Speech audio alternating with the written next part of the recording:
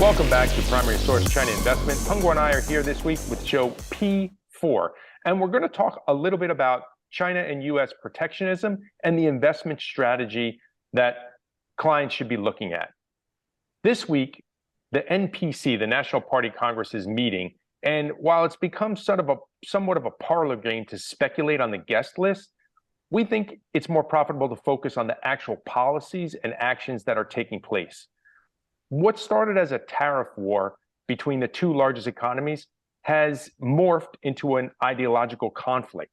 And Peng Guo and I have been telling investors that they have to focus more on A shares and leave those tech names, largely traded in the US and Hong Kong, off the shopping list. And this week, we're going to go a little bit deeper into some of the A share sectors and some of the names. Some of this information might be new and a bit surprising. If governments implemented protectionist policies and consumers become more patriotic, investors have to adjust. The most obvious place this is happening is in the tech space. We're hearing a lot of the China tech clamping down on their own technology, in the US saying that China tech should be banned in the US. So there's a lot of headline news about tech, but it's also happening in other sectors. Take a look at the materials sectors. Most of the subsectors in the materials sectors are protected industries on the mainland and have little competition from foreign firms. So let's look at some of these names. I'm sure a few of them might be popular, but let's take the first one. Wanhua Chemical has the largest weighting in the materials sector, and it's also a big company. It has 170 billion renminbi in sales. That's 25 billion annually, and almost all exclusively on the mainland. Contrast that with a household name like DuPont Chemical, which has annual revenue of 13 billion US dollar and does about 20% on the mainland. If you pull a chart of these two companies, you're going to see a huge divergence in return. So, Peng Guo, I know we're just using Wanhua Chemical as an example here, but what are some of the themes that we've been looking at in the past and that clients may be looking towards? Right now, is a client really, from investment perspective, a client really try to find the growth or have the market advantage companies. So a lot of the state-owned companies in China and also listed in the Asian market, they have pretty unique advantages. And also, I see the many merge acquisition for those public companies. That's pretty active for them. Like the small companies, if they have a good advantage in specific area, sometimes they will sell to the public company or the merge for the public companies. And also in China, Asian market, invest in the leading company is a traditional strategist. They get much more valuations than the following players. That's like the traditional top-down, bottom-up, right? So if you look bottom-up, you're seeing these growth companies, these strong balance sheets. But when we at the outset of this program, the top-down is the bit of an issue here. You have a lot of this political influence, both in the U.S. and in China. So that's why we've been saying on this show for many, many months to put those tech funds at an arm's length. I wanted to get to the second name on this chart, Zijin Mining. And this is an interesting company because, again, mining is a protected industry. If you wanted to be in the mining business in China, they wouldn't let you take a big auger and start drilling into the ground in Xinjiang, obviously.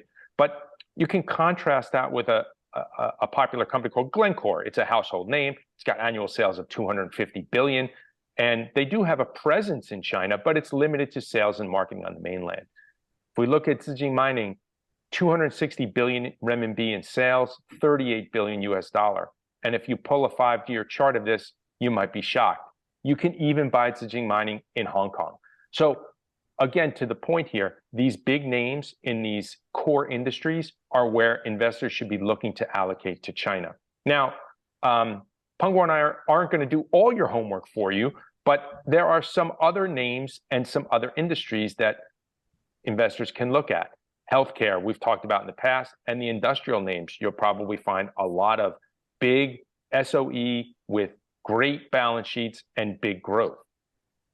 Yeah, for example, like the healthcare, we have like the healthcare leading companies index, which is reorganized entire the healthcare industry, including Asia, Shanghai, Shenzhen, and Hong Kong market, all the listing companies.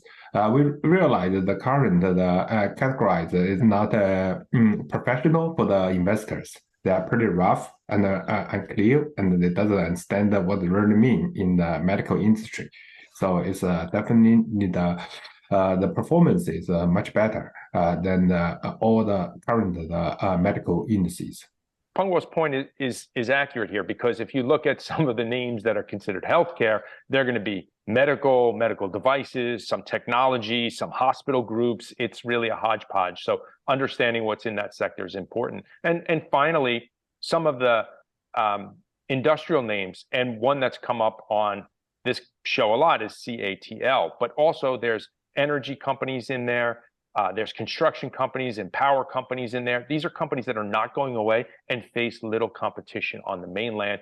Also, they get preferential rates for lending. They have strong balance sheet, obviously a locked-in client base that's not changing.